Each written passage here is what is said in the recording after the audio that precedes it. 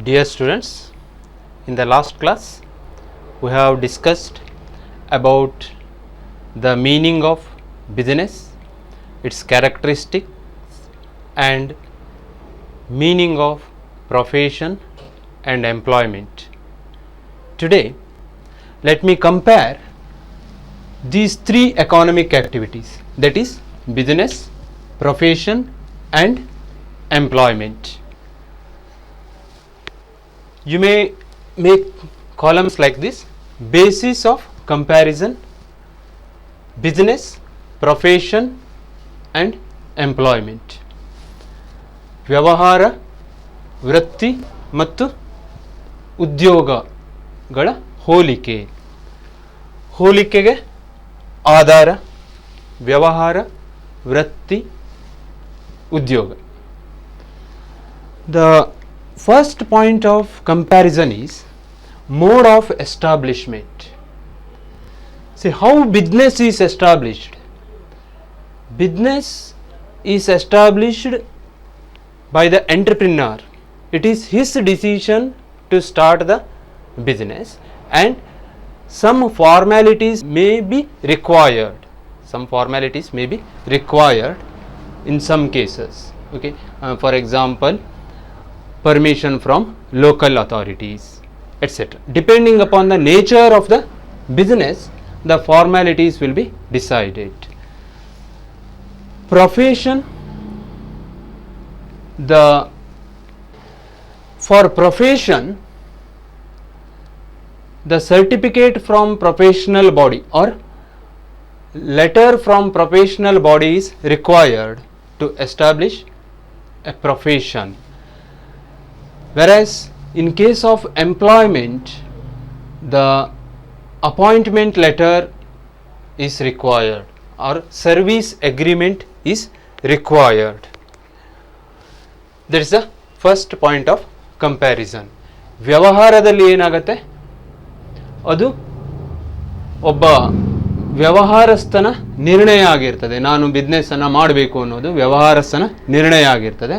ಜೊತೆಯಲ್ಲಿ ಕೆಲವೊಂದು ನಿಯಮಗಳನ್ನು ಆತ ಪಾಲಿಸಬೇಕಾಗ್ಬೋದು. ಸ್ಥಳೀಯವಾಗಿರ್ಬೋದು ಅಥವಾ ಅದಕ್ಕೂ ಹೆಚ್ಚಿನ ಮಟ್ಟದಲ್ಲಿರ್ಬೋದು.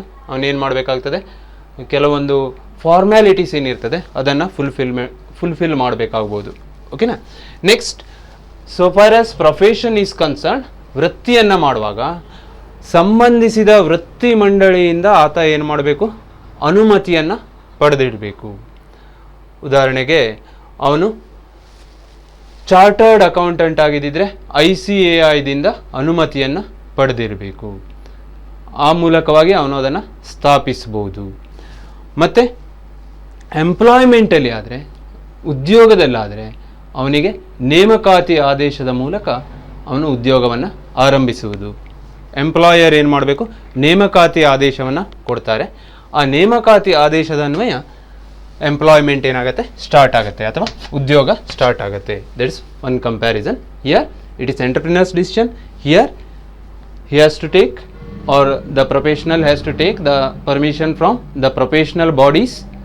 Then in case of employment, he has to get the appointment letter and the service agreement.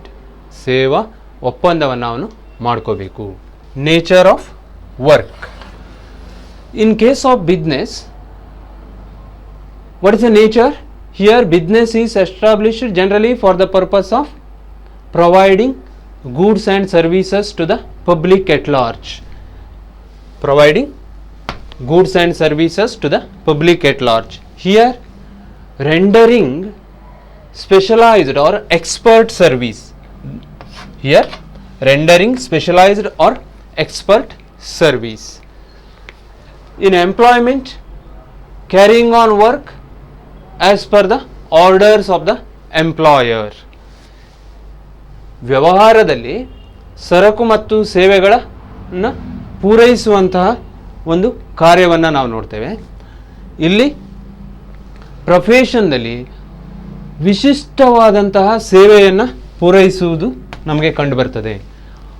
ಎಂಪ್ಲಾಯ್ಮೆಂಟಲ್ಲಿ employer ಏನು ಹೇಳ್ತಾನೋ ಅಲ್ವಾ, ಎಂಪ್ಲಾಯರ್ ಏನು ಹೇಳ್ತಾನೋ ಆ ರೀತಿಯಲ್ಲಿ ಕಾರ್ಯವನ್ನು ಮಾಡ್ತಕ್ಕಂಥದ್ದು. ಇದು ಒಂದು ಈ 3 ಆ್ಯಕ್ಟಿವಿಟೀಸ್ನಲ್ಲಿ ಇರ್ತಕ್ಕಂಥ ವ್ಯತ್ಯಾಸ ಆಗಿರುತ್ತೆ ಅಥವಾ ಹೋಲಿಕೆ ಆಗಿರ್ತದೆ. ಹೋಲಿಕೆಯಲ್ಲಿ ಮಾಡಿದಾಗ ನಮಗೆ ಗೊತ್ತಾಗುತ್ತೆ ಅಲ್ಲಿ ಡಿಫರೆನ್ಸ್ ಇದೆ ಅಂತ. ನೆಕ್ಸ್ಟ್ ಕ್ವಾಲಿಫಿಕೇಶನ್, ಅರ್ಹತೆ. Qualification for business or to start business, no minimum qualification is prescribed. ಯಾವುದೇ ಒಂದು ಕನಿಷ್ಠ ವಿದ್ಯಾರ್ಹತೆಯನ್ನು ಇಲ್ಲಿ ಪ್ರಿಸ್ಕ್ರೈಬ್ ಮಾಡಿಲ್ಲ. ಆದರೆ ಪ್ರೊಫೆಷನ್ದಲ್ಲಿ he has to get the qualification as mentioned by the professional body. ಉದಾಹರಣೆಗೆ ಡಾಕ್ಟರ್ ಆಗಬೇಕಂತಂದರೆ MBBS ಮಾಡಬೇಕು, ಮತ್ತು ಅದು ಮೆಂಬರ್ಶಿಪ್ಪನ್ನು ಪಡಿಬೇಕು. ಅಥವಾ ಚಾರ್ಟರ್ಡ್ ಅಕೌಂಟೆಂಟ್ ಆಗಬೇಕಂತಂದರೆ he has to complete CA and he has to obtain permission certificate from the ICAI. In case of employment, the qualification will be prescribed by the employer depending upon the nature of the employment. ಇಲ್ಲಿ ಉದ್ಯೋಗವನ್ನು ಮಾಡುವಾಗ ಉದ್ಯೋಗವನ್ನು ನೀಡುವವನು employer ಏನು ಮಾಡ್ತಾನೆ, ಯಾವ ರೀತಿಯ qualification ಬೇಕು ಅನ್ನೋದನ್ನು ಪ್ರಿಸ್ಕ್ರೈಬ್ ಮಾಡ್ತಾನೆ. ಆ ರೀತಿಯ ಕ್ವಾಲಿಫಿಕೇಷನನ್ನು ಅವನು ಹೊಂದಿರಬೇಕಾಗ್ತದೆ. Qualification is fixed by the employer. Okay, that's the comparison here. Next, reward or return. In case of business, the reward or return will be in the form of profit. Reward or return will be in the form of profit. Here, in case of profession, the reward will be the professional fees. Professional fees. And in case of employment, the reward is salary or wages.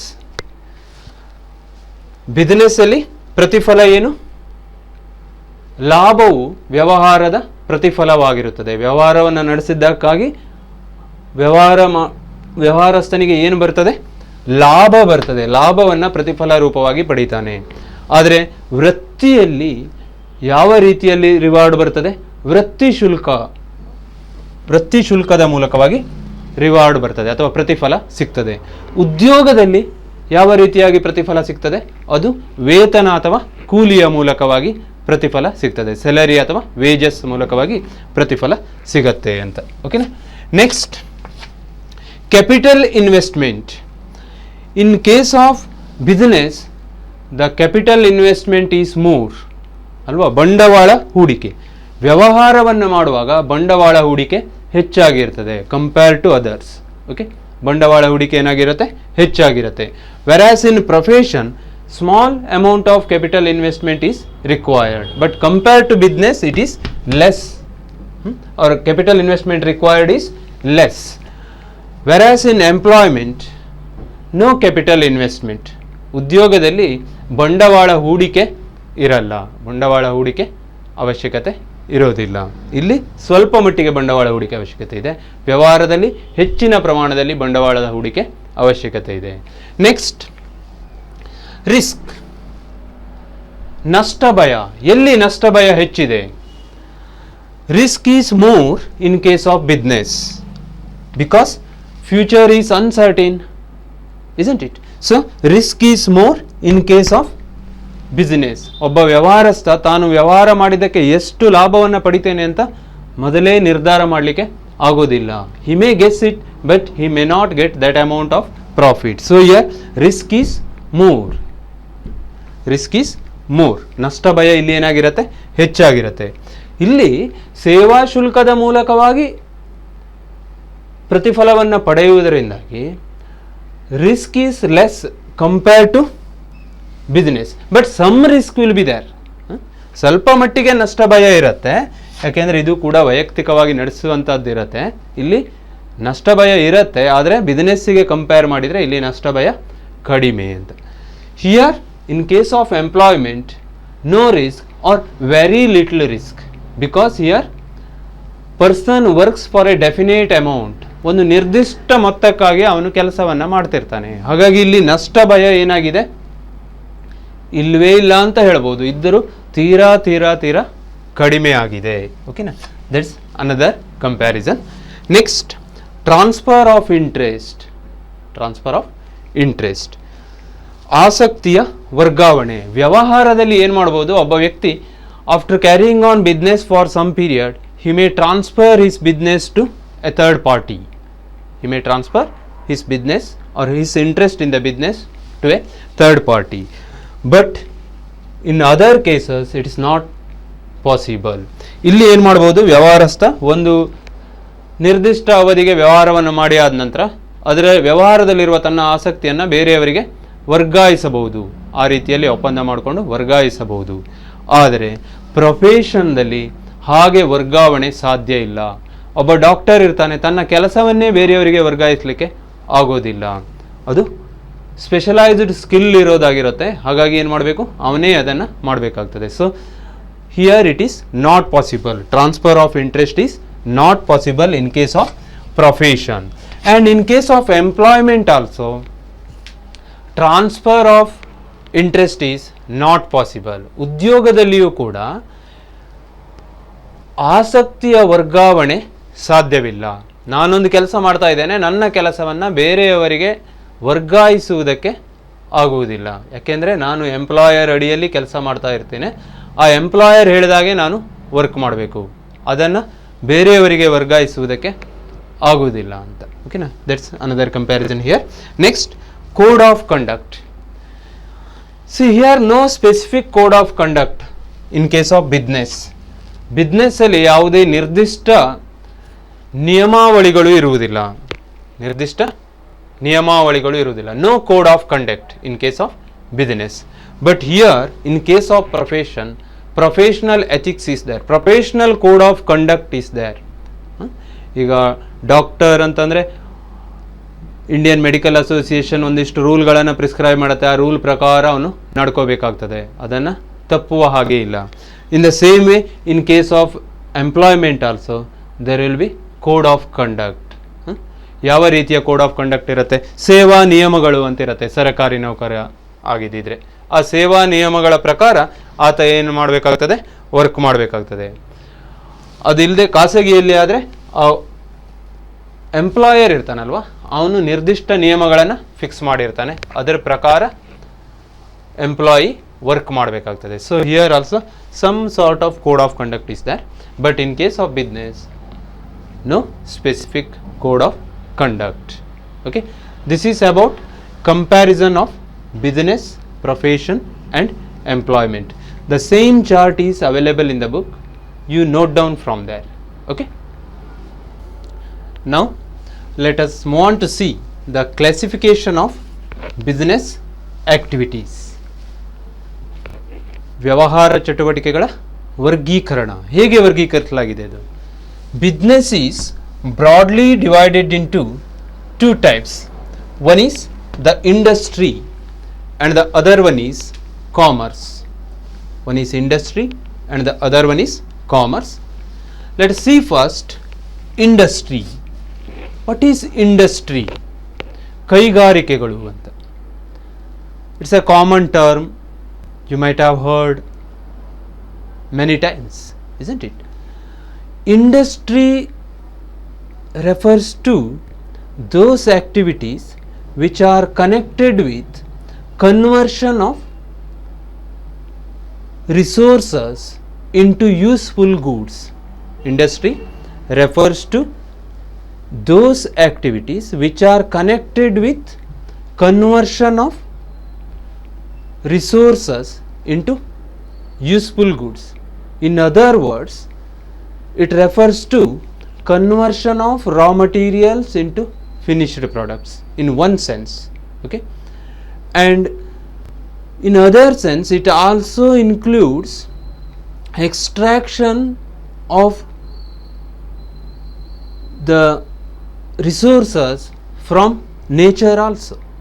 And sometimes even industry, the term industry may referred to mean the group of firms dealing in same line. For example, firms dealing or firms producing textile from cotton may termed as textile industry, isn't it?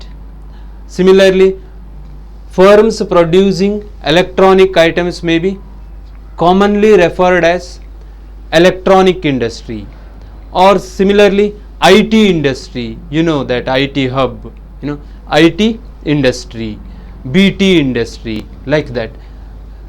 Means firms dealing in same line of products, or firms manufacturing same line of products are commonly termed as industry. Commonly termed as industry. Okay, ಹಾಗಾಗಿ ಕೈಗಾರಿಕೆ ಅಂತಂದ್ರೆ ಏನು? ಕಚ್ಚಾ ವಸ್ತುಗಳಿಂದ ಸಿದ್ಧ ವಸ್ತುಗಳನ್ನು ತಯಾರಿಸುವಂಥದ್ದು ಕೈಗಾರಿಕೆ ಅಂತ ಒಂದು ಸಾಮಾನ್ಯ ಅರ್ಥವನ್ನು ಹೇಳ್ತೇವೆ. ಜೊತೆಯಲ್ಲಿ ಸಂಪನ್ಮೂಲಗಳನ್ನು ಉಪಯುಕ್ತ ವಸ್ತುಗಳನ್ನಾಗಿ ಪರಿವರ್ತಿಸುವ ಒಂದು ಪ್ರಕ್ರಿಯೆಯನ್ನು ಅಥವಾ ಅದಕ್ಕೆ ಸಂಬಂಧಿಸಿದಂತಹ ಚಟುವಟಿಕೆಗಳನ್ನು ನಾವೇನು ಹೇಳ್ತೇವೆ? ಕೈಗಾರಿಕೆ ಅಂತ ಕರಿತೇವೆ. ಸಂಪನ್ಮೂಲಗಳನ್ನು ಉಪಯುಕ್ತ ವಸ್ತುಗಳನ್ನಾಗಿ ಪರಿವರ್ತಿಸುವಂತಹ ಚಟುವಟಿಕೆಗಳನ್ನು ನಾವು ಕೈಗಾರಿಕೆ ಅಂತ ಕರಿತೇವೆ. ಅದೇ ರೀತಿಯಲ್ಲಿ ಈ ಕೈಗಾರಿಕೆ ಅನ್ನೋದು ಕೇವಲ ಇರುವ ಸಂಪನ್ಮೂಲಗಳನ್ನು ಸಿದ್ಧ ವಸ್ತುಗಳನ್ನಾಗಿ ಪರಿವರ್ತಿಸುವುದನ್ನು ಮಾತ್ರ ಒಳಗೊಳ್ಳದೆ, ಲಿವಿಂಗ್ ಆರ್ಗ್ಯಾನಿಸಮ್, ಜೀವಸಂಕುಲದಿಂದ ನಾವು ಜೀವಸಂಕುಲವನ್ನು ಅಭಿವೃದ್ಧಿಪಡಿಸುವಂತಹ ಚಟುವಟಿಕೆಗಳನ್ನು ಕೂಡ ಒಳಗೊಂಡಿದೆ. ಅದನ್ನು ನೆಕ್ಸ್ಟ್ ನೋಡೋಣ. ಜೊತೆಯಲ್ಲಿ ನಾವು ಯಾವುದನ್ನು ಮತ್ತೆ ಕೈಗಾರಿಕೆ ಅನ್ನುವ ಶಬ್ದವನ್ನು ಯೂಸ್ ಮಾಡ್ತೇವೆ ಅಂತಂದರೆ, ಒಂದೇ ರೀತಿಯ ಉತ್ಪನ್ನಗಳನ್ನು ಉತ್ಪಾದಿಸುವಂತಹ ಅನೇಕ ಸಂಸ್ಥೆಗಳನ್ನು ಒಟ್ಟಾಗಿ ನಾವು ಕೈಗಾರಿಕೆ ಅಂತ ಹೇಳ್ತೇವೆ, ಇಂಡಸ್ಟ್ರಿ ಅಂತ ಹೇಳ್ತೇವೆ. ಆಗಲೇ ಹೇಳಿದೆ, textile industry, all or some firms producing textile goods will be commonly called as textile industry, electronic industry, IT industry, like that. ಮಾಹಿತಿ ತಂತ್ರಜ್ಞಾನ ಉದ್ದಿಮೆ ಅನ್ನೋ ಶಬ್ದವನ್ನು ಅಲ್ಲಿ ಬಳಸ್ತೇವೆ. Next, industry is broadly classified into 3 types. Industry is broadly classified into 3 types. One is the primary industry, secondary industry, and tertiary industry. 3 types. ಪ್ರಾಥಮಿಕ ಕೈಗಾರಿಕೆ, ದ್ವಿತೀಯಕ ಕೈಗಾರಿಕೆ, ತೃತೀಯಕ ಕೈಗಾರಿಕೆ, ಈ ರೀತಿಯಾಗಿ 3 ವಿಧವಾಗಿ ವಿಂಗಡಿಸಲಾಗಿದೆ. Now let's see what exactly primary industry means. This is primary. Primary industry refers to activities connected with the extraction of resources. Activities connected with extraction of resources from nature and the breeding of plants and animals. Breeding and plants and animals comes under the purview of primary industry. ಇದು ಪ್ರಾಥಮಿಕ ಆಗಿರ್ತದೆ. ಬೇರೆ ಎಲ್ಲ ಇಂಡಸ್ಟ್ರಿಗೆ, secondary ಇಂಡಸ್ಟ್ರಿಗೆ ಎಲ್ಲಿ ಸರಕುಗಳು ಸಿಗ್ತವೆ? ಪ್ರೈಮರಿ ಇಂಡಸ್ಟ್ರಿಯಿಂದ ಸರಕುಗಳು ಸಿಗ್ತವೆ. ಹಾಗಿದ್ರೆ ಏನು ಇದು ಪ್ರಾಥಮಿಕ ಕೈಗಾರಿಕೆ ಅಂತಂದರೆ, ನಿಸರ್ಗದಿಂದ ಸಂಪತ್ತನ್ನು ಹೊರತೆಗೆಯುವಂಥದ್ದು ಅಥವಾ ಸಂಪನ್ಮೂಲಗಳನ್ನು ಹೊರತೆಗೆಯುವಂಥದ್ದು. ಹಾಗೆಯೇ ಜೀವ ಸಂಕುಲವನ್ನು ಬೆಳೆಸುವಂತಹ, ಪ್ರಾಣಿಗಳನ್ನು ವರ್ಧಿಸುವಂತಹ ಅಥವಾ ಸಸ್ಯ ಸಂಕುಲಗಳನ್ನು ವರ್ಧಿಸುವಂತಹ ಚಟುವಟಿಕೆಗಳಲ್ಲಿ ತೊಡಗಿಕೊಂಡಿರುವಂತಹ ಕೈಗಾರಿಕೆಗಳನ್ನು ನಾವೇನು ಹೇಳ್ತೇವೆ? ಪ್ರಾಥಮಿಕ ಕೈಗಾರಿಕೆಗಳು ಅಂತ ಕರಿತೇವೆ. Primary industries refer to the extraction of resources from nature and also the breeding of plants and animals comes breeding of plants and animals.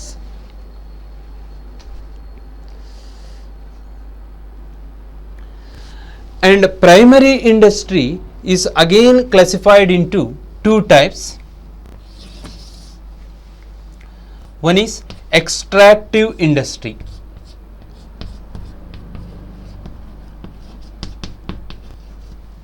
Extractive industry. ಹೊರತೆಗೆಯುವ ಕೈಗಾರಿಕೆ. And the other one is genetic industry.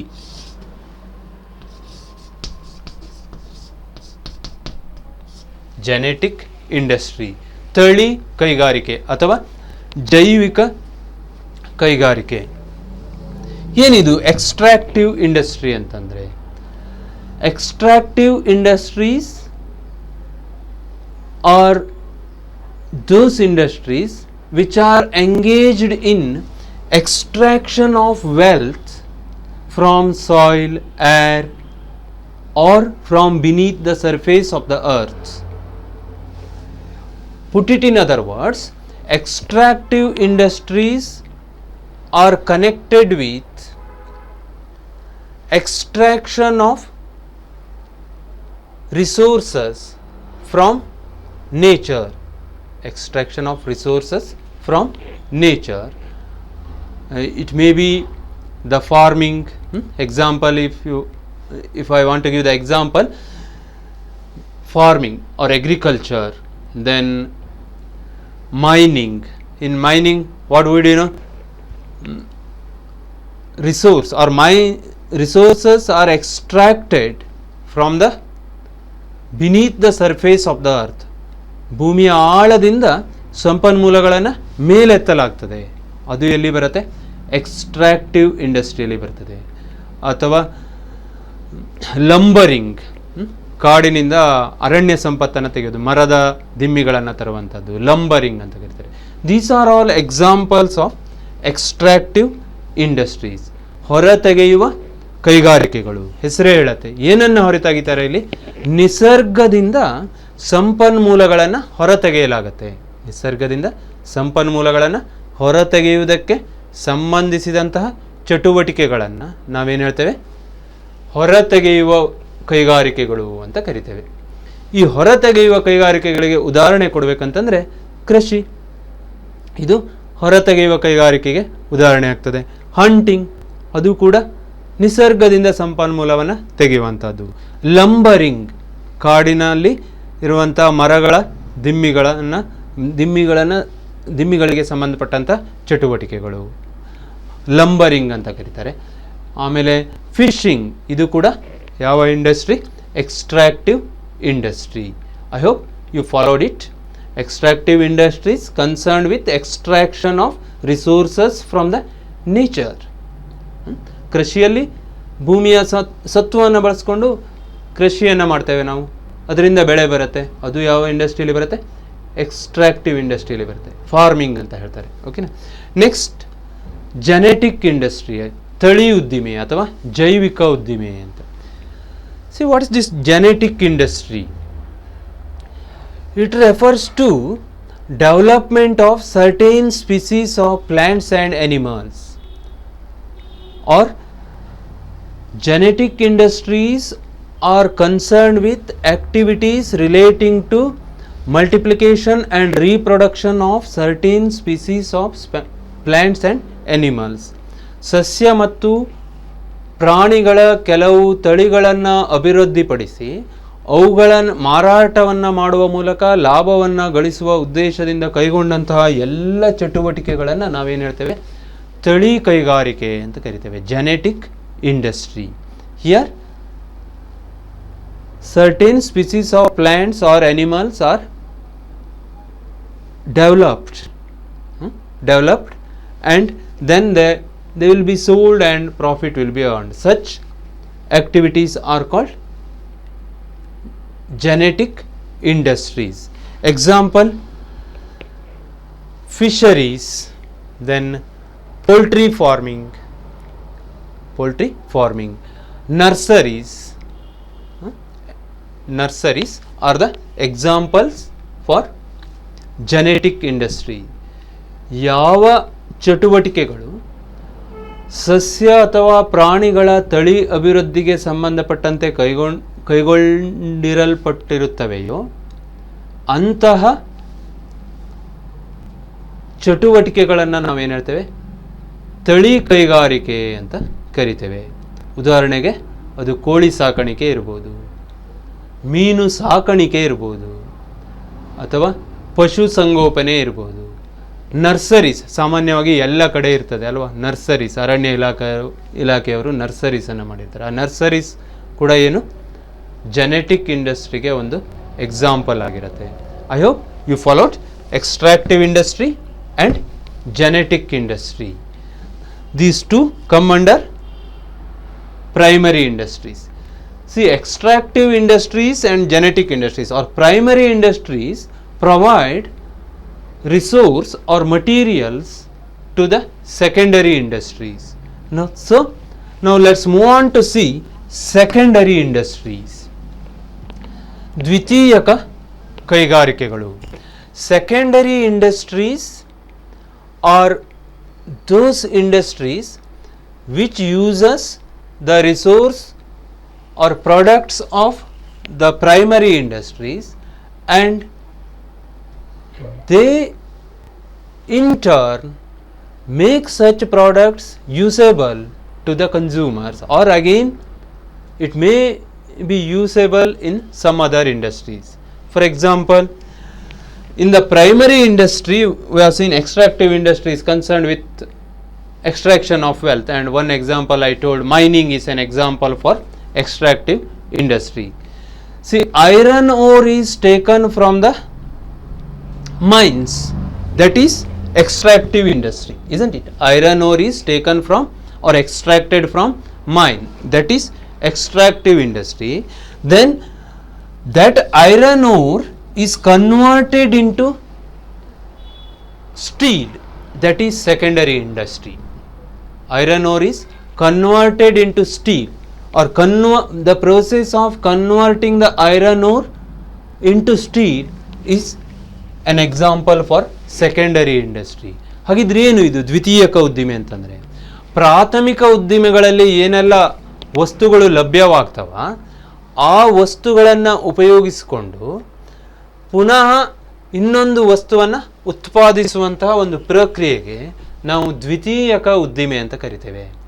Best example ಈಗಲೇ ಹೇಳಿದ್ನಲ್ಲ, ಎಕ್ಸ್ಟ್ರಾಕ್ಟಿವ್ industry ನೋಡಿದ್ದೇವೆ, ಹೊರತೆಗೆಯುವ ಉದ್ದಿಮೆಗೆ ಬರುತ್ತೆ. ಒಂದು example, ಗಣಿಯಿಂದ ಕಬ್ಬಿಣದ ಅದಿರನ್ನು ಹೊರತೆಗಿತಾರೆ. ಅದು ಯಾವುದು? ಹೊರತೆಗೆಯುವ ಉದ್ದಿಮೆ ಅಥವಾ ಹೊರತೆಗೆಯುವ ಕೈಗಾರಿಕೆ. ಆ ರೀತಿ ಹೊರತೆಗೆದಂತಹ ಕಬ್ಬಿಣದ ಅದಿರಿನಿಂದ ಸ್ಟೀಲನ್ನು ಉತ್ಪಾದನೆ ಮಾಡ್ತಾರೆ. ಅದೇನು? ದ್ವಿತೀಯಕ ಕೈಗಾರಿಕೆ, secondary industry. I hope you got it. Secondary industries are concerned with preparing or manufacturing goods by using the resources extracted in the primary industry. ಪ್ರಾಥಮಿಕ ಕೈಗಾರಿಕೆಯಲ್ಲಿ ಏನೆಲ್ಲ ಸರಕುಗಳು ಬರ್ತಾವೋ ಆ ಸರಕುಗಳನ್ನು ಉಪಯೋಗಿಸಿಕೊಂಡು ಬೇರೆ ಸರಕುಗಳನ್ನು ಸಿದ್ಧಪಡಿಸುವಂತಹ ಒಂದು ಚಟುವಟಿಕೆಗೆ ಸಂಬಂಧಪಟ್ಟಂತಹ ಕೈಗಾರಿಕೆಯನ್ನು ನಾವೇನು ಹೇಳ್ತೇವೆ? ದ್ವಿತೀಯಕ ಕೈಗಾರಿಕೆ ಅಂತ ಕರಿತೇವೆ. ಓಕೆನಾ? And secondary industry is classified in two types. One is manufacturing industry,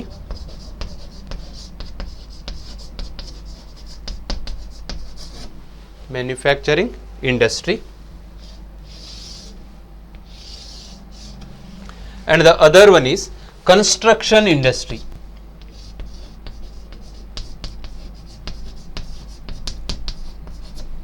Construction industry.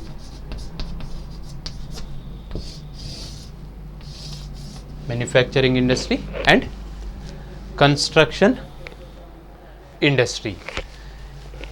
What is this manufacturing industry? ಉತ್ಪಾದನಾ ಕೈಗಾರಿಕೆ ಅಥವಾ ತಯಾರಿಕಾ ಕೈಗಾರಿಕೆ ಅಂತ ಕೂಡ ಕರೀತಾರೆ.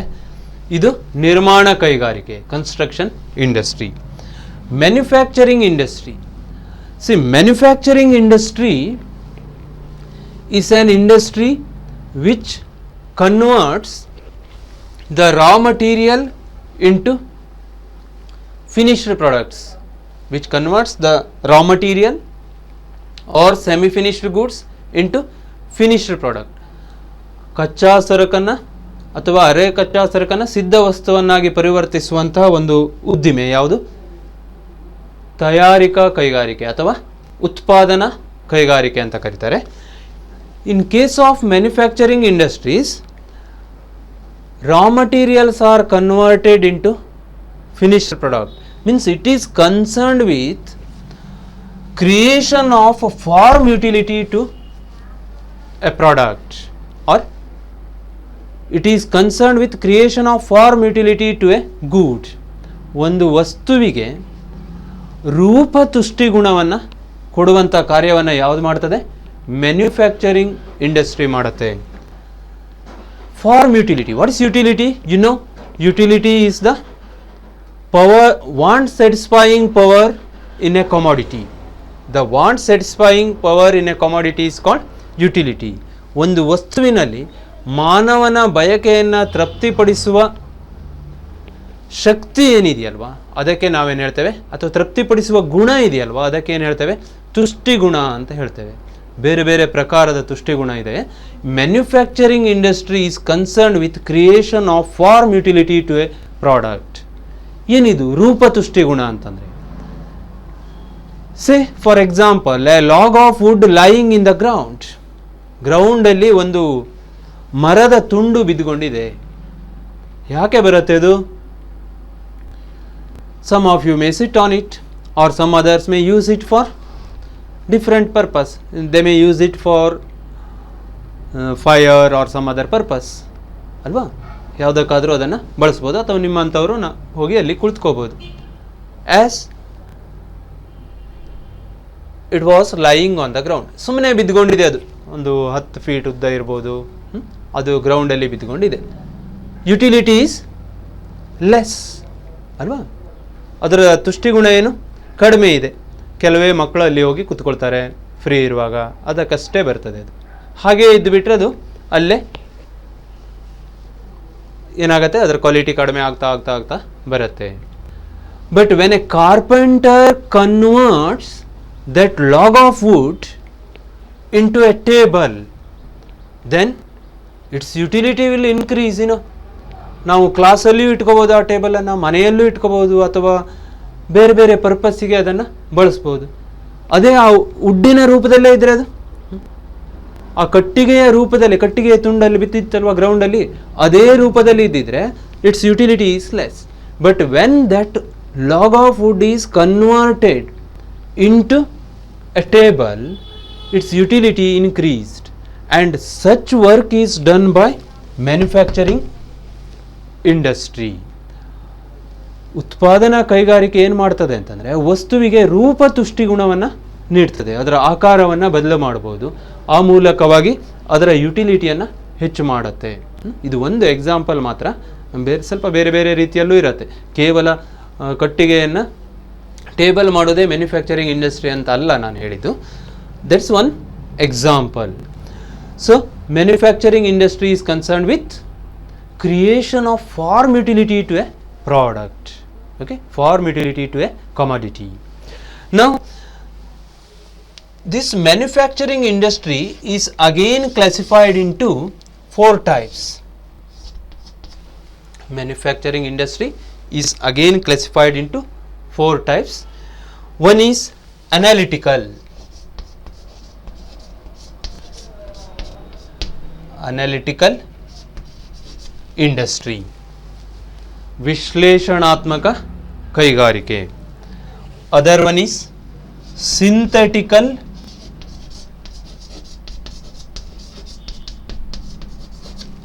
ಇಂಡಸ್ಟ್ರಿ, ಸಂಶ್ಲೇಷಣಾತ್ಮಕ ಅಥವಾ ಸಂಯೋಜನಾತ್ಮಕ ಕೈಗಾರಿಕೆ. And next one is processing,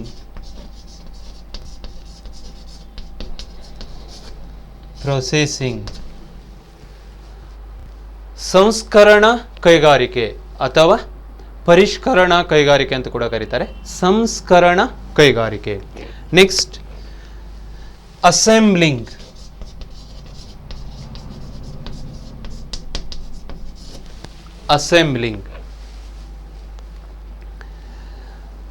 ಜೋಡಣಾ ಕೈಗಾರಿಕೆ, ಅಸೆಂಬ್ಲಿಂಗ್ ಜೋಡಣ ಕೈಗಾರಿಕೆ.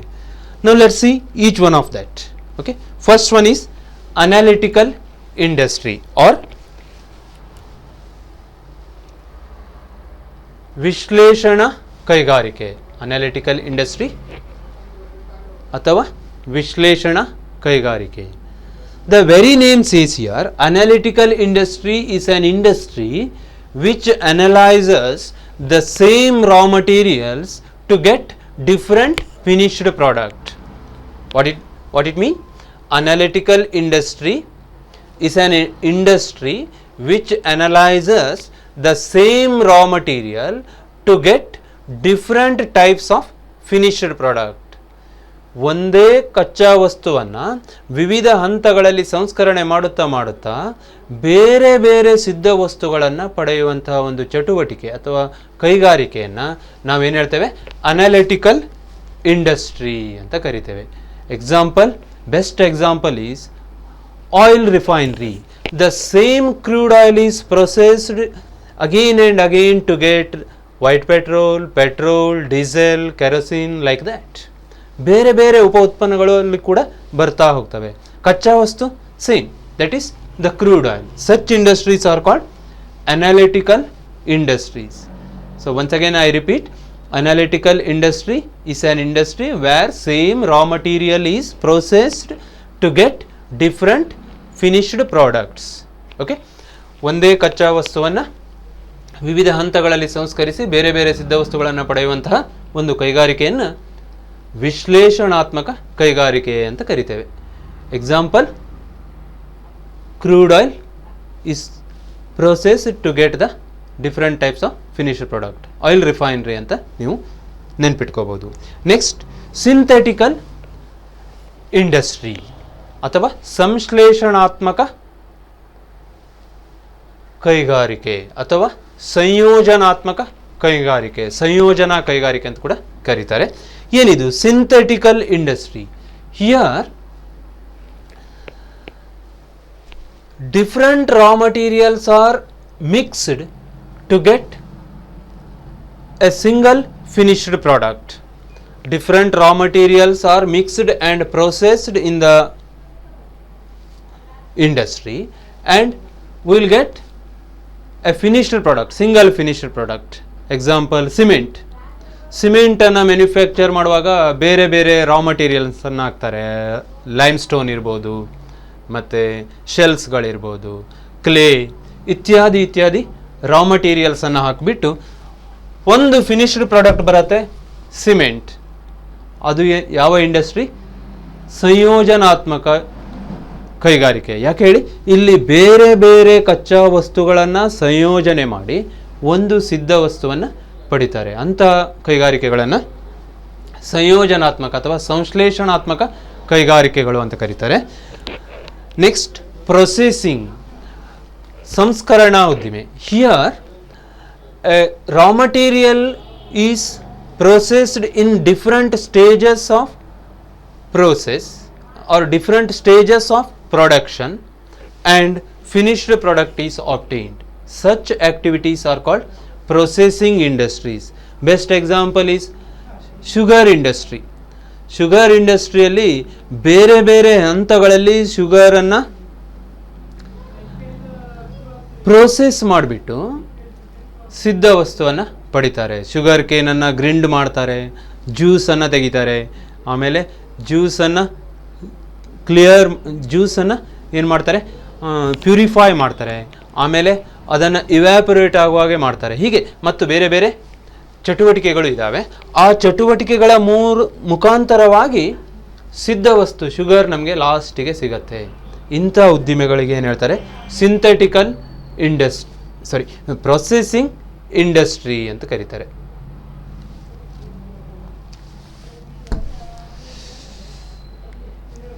ಇಂತಹ ಕೈಗಾರಿಕೆಗಳಿಗೆ ಏನು ಹೇಳೋದು? ಪ್ರೊಸೆಸಿಂಗ್ ಇಂಡಸ್ಟ್ರಿ ಅಥವಾ ಸಂಸ್ಕರಣಾ ಉದ್ದಿಮೆ. ಇನ್ನೂ ಒಂದು ಎಕ್ಸಾಂಪಲನ್ನು ಕೊಡ್ಬೋದು ನೀವು. ಯಾವುದದು? ಕಾಗದದ ಕಾರ್ಖಾನೆಯಲ್ಲಿ ಬಾಂಬೂ ಟ್ರೀಸ್ ಅಥವಾ ರಾ ಮಟೀರಿಯಲನ್ನು ಬೇರೆ ಬೇರೆ ಹಂತಗಳಲ್ಲಿ ಪ್ರೊಸೆಸ್ ಮಾಡಿಬಿಟ್ಟು ಫಿನಿಶ್ಡ್ ಪ್ರಾಡಕ್ಟ್ ನಮಗೆ ಸಿಗ್ತದೆ. Such industries are called processing industries. Next one is assembling industry. In case of assembling industries, parts of the main products are assembled from different places and a finished product is prepared. ಇಲ್ಲಿ ಏನು ಮಾಡ್ತಾರೆ, ಒಂದು ಪೂರ್ತಿಯಾದ ಪ್ರಾಡಕ್ಟನ್ನು ಇಂಡಸ್ಟ್ರಿಯಲ್ಲಿ start ಮಾಡಲ್ಲ, ಉತ್ಪಾದನೆ ಮಾಡಲ್ಲ, ಬದಲಾಗಿ ಆ ಮೇನ್ ಪ್ರಾಡಕ್ಟ್ನ ಬಿಡಿ ಭಾಗಗಳನ್ನು ಬೇರೆ ಬೇರೆ ಕಡೆಯಿಂದ ತಂದುಬಿಟ್ಟು ಅದನ್ನು ಜೋಡಿಸುವ ಮೂಲಕವಾಗಿ ಸಿದ್ಧ ವಸ್ತುವನ್ನು ರೆಡಿ ಮಾಡ್ತಾರೆ. ಅಂಥ ಉದ್ದಿಮೆಗಳಿಗೆ ನಾವೇನು ಹೇಳ್ತೇವೆ, ಅಸೆಂಬ್ಲಿಂಗ್ ಇಂಡಸ್ಟ್ರಿ ಅಂತ ಕರಿತೇವೆ. So here the component parts of the main product is gathered from different industries and they are assembled at one place and finished product is prepared. That is assembling industry. Best example is automobile industry or car manufacturing, TV manufacturing, or even computers. Different parts of the computer or different parts of the television are bought from different places and they are going to assemble them in one place and then prepare the finished product. Such industries are called assembling industries ಅಥವಾ ಜೋಡಣಾ ಉದ್ದಿಮೆಗಳು ಅಥವಾ ಕೈಗಾರಿಕೆಗಳು ಅಂತ ಕರಿತೇವೆ. ಇಲ್ಲಿ ಒಂದು ವಸ್ತುವಿನ ಬಿಡಿ ಭಾಗಗಳನ್ನು ಬೇರೆ ಬೇರೆ ಕೈಗಾರಿಕೆಯಿಂದ ಪಡ್ಕೊಂಡು ಬಂದು ಸಿದ್ಧ ವಸ್ತುವನ್ನು ತಯಾರಿ ಮಾಡಲಾಗ್ತದೆ. ಅಂಥ ಉದ್ದಿಮೆಗೆ ಜೋಡಣಾ ಕೈಗಾರಿಕೆ ಅಂತ ಕರೀತಾರೆ. Next, construction industry. Secondary industry again classified into two types which we have seen in manufacturing and construction. Manufacturing 4 types we have discussed. Now construction industry. Construction industry is concerned with construction of bridges, dams, roads, tunnels, canals, etc. Means they are the industries which are concerned with development of infrastructure facilities required for the development of the country. ದೇಶದ ಅಭಿವೃದ್ಧಿಗೆ ಯಾವೆಲ್ಲ ಮೂಲಭೂತ ಸೌಕರ್ಯಗಳ ಅಗತ್ಯವಿರ್ತದೋ ಅಂತಹ ಮೂಲಭೂತ ಸೌಕರ್ಯಗಳ ನಿರ್ಮಾಣದಲ್ಲಿ ತೊಡಗಿರುವಂತಹ ಕೈಗಾರಿಕೆಗಳಿಗೆ ನಾವೇನು ಹೇಳ್ತೇವೆ, ನಿರ್ಮಾಣ ಉದ್ದಿಮೆಗಳು ಅಂತ ಹೇಳ್ತೇವೆ. Once again I repeat, they are the industries which are engaged in construction of infrastructure facilities required for the economic development of the country. ದೇಶದ ಆರ್ಥಿಕ ಅಭಿವೃದ್ಧಿಗೆ ಅವಶ್ಯಕವಾಗಿರುವಂತಹ ಮೂಲಭೂತ ಸೌಕರ್ಯಗಳ ನಿರ್ಮಾಣದಲ್ಲಿ ತೊಡಗಿರುವಂತಹ ಕೈಗಾರಿಕೆಗಳಿಗೆ ಅಥವಾ ಉದ್ದಿಮೆಗಳಿಗೆ ನಿರ್ಮಾಣ ಕೈಗಾರಿಕೆಗಳು ಅಂತ ಕರಿತೇವೆ. ಉದಾಹರಣೆಗೆ ಸೇತುವೆ ನಿರ್ಮಾಣ ಇರ್ಬೋದು, ಡ್ಯಾಮ್ ನಿರ್ಮಾಣ ಇರ್ಬೋದು, ಕಾಲುವೆ ನಿರ್ಮಾಣ ಇರ್ಬೋದು, ಸುರಂಗ ನಿರ್ಮಾಣ ಇರ್ಬೋದು, ರಸ್ತೆ ನಿರ್ಮಾಣ ಇರ್ಬೋದು. ಇವೆಲ್ಲ ಯಾವ ಉದ್ದಿಮೆಗಳ ಅಡಿಯಲ್ಲಿ ಬರುತ್ತೆ? ನಿರ್ಮಾಣ ಉದ್ದಿಮೆಗಳ ಅಡಿಯಲ್ಲಿ ಬರ್ತದೆ. Now let's move on to see another category, that is tertiary industry. See, actually the activities come under this category are the part of commercial activity because they provide service to primary and secondary industry. Tertiary industry provides service to primary and secondary industry. For example, banking, insurance, warehousing, communication, they all come under tertiary industry. ಸೇವಾ ಕೈಗಾರಿಕೆಗಳು. ಅದು ಸೇವಾ ಕೈಗಾರಿಕೆಗಳು ಏನಾಗಿದೆ, ವಾಣಿಜ್ಯ ಚಟುವಟಿಕೆಗಳ ಭಾಗ ಆಗಿವೆ. ಆದರೂ ಕೂಡ nowadays we treat them as industry, tertiary industry. ಸೇವಾ ಉದ್ದಿಮೆಗಳು, ಸೇವಾ ಉದ್ದಿಮೆ ಅಂತಲೇ ಕರೆಯಲ್ಪಟ್ಟಿದೆ. ಉದಾಹರಣೆಗೆ ಬ್ಯಾಂಕಿಂಗ್, ವಿಮೆ ಮತ್ತು ದಾಸ್ತಾನುಗಾರಿಕೆ, ಸಂವಹನ ಇತ್ಯಾದಿ. ಓಕೆನಾ? ಇದಿಷ್ಟು ಒನ್ ಸೈಡ್ ಆಯಿತು. ಏನು ಹೇಳಿ, business is broadly classified into industry and commerce and we have seen now on the industry side different types. Industry is broadly classified into 3 types: primary industry, secondary industry, tertiary industry. In primary industry we have 2 classification: extractive and genetic. And in the secondary industry again we have two types, manufacturing industry and construction industry. And manufacturing industry is again classified into analytical, synthetical, processing and assembling. The other part is commerce, that we will see in the next class. Okay, thank you.